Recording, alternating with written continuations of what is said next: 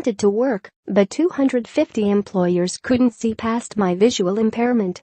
When I was 13, I lost the vast majority of my sight to a rare genetic disorder.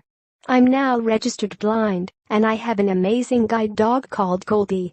This didn't stop me from living my life, and I graduated with a 2:1 in theology. Then I began what turned out to be a long and difficult job hunt.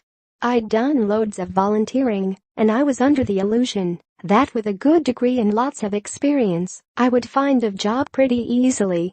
This couldn't have been further from the truth. I said that I was blind in most of my applications and put it on my CV. It's nothing to be ashamed of, and I wanted to be open from the start. I applied for over 250 jobs in a variety of roles, but I had no response from about half of them.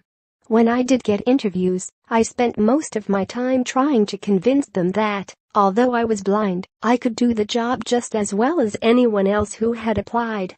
In phone interviews, when I mentioned that I was blind, their attitude would suddenly change, and despite getting positive feedback, I never got the job. Towards the end of my job hunt, I wanted to give up.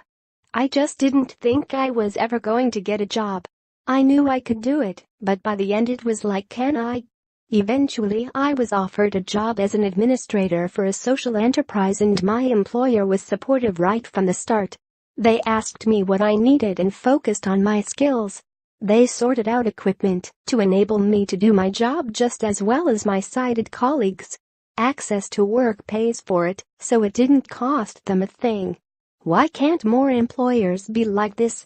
Taxi driver spends 30 years photographing people getting rides in New York City. A handy guide to not whipping out your penis and masturbating in front of people. Plus-size model recreates Victoria's Secret adverts because it ain't happening. The world isn't an easy place to live if you're disabled. You're faced with barriers left, right and center.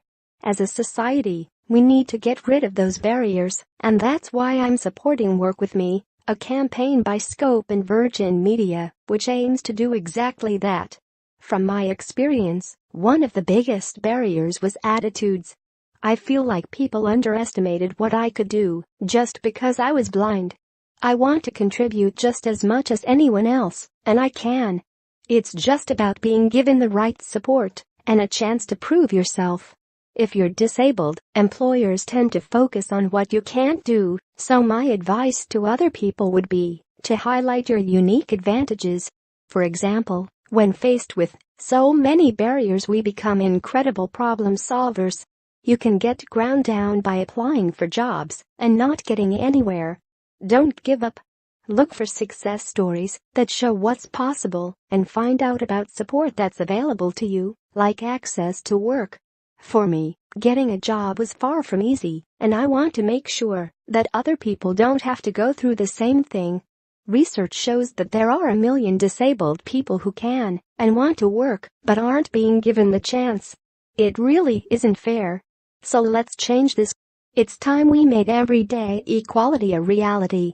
More 10 things you only know if you use a wheelchair. More. The A Word is back. We speak to the cast about what's next for Joe and his family. More. How to navigate London in a wheelchair without losing the will to live.